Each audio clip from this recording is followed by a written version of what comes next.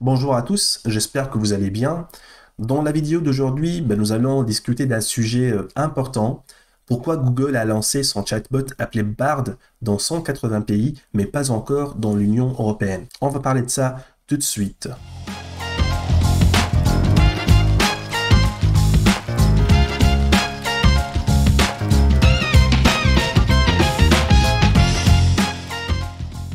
La technologie progresse à un rythme effréné, et avec elle, le géant technologique comme Google font de leur mieux pour rester à la pointe.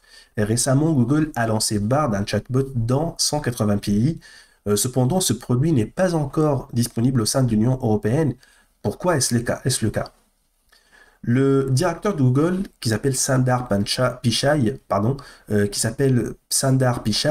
a expliqué que l'objectif de Google est bel et bien de lancer Bard dans les pays de l'Union européenne, mais le retard est dû à une combinaison de facteurs.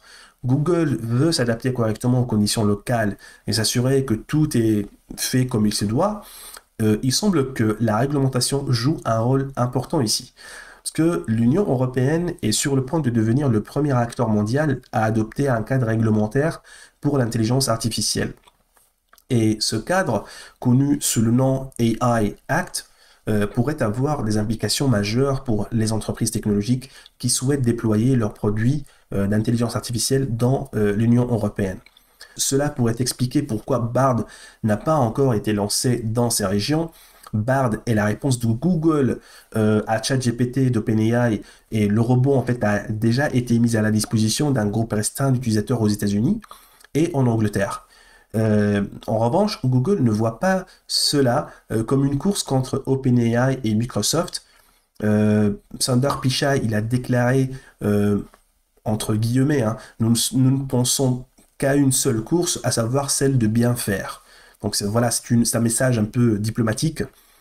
Et pour rappel, ce n'est pas le premier lancement de Bard, le chatbot de Google. Dans une démonstration sur Twitter en février cette année, en 2023, Bard a commis une erreur majeure en fournissant des informations incorrectes sur le télescope spatial James Webb. Selon Bard, ce télescope a été le premier à prendre des photos de planètes en dehors de notre système solaire, et c'est faux.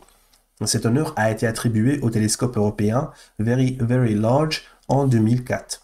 Cet incident a eu des répercussions immédiates sur la valeur d'Alphabet. Alphabet, c'est la société mère de Google, hein, juste voilà pour info.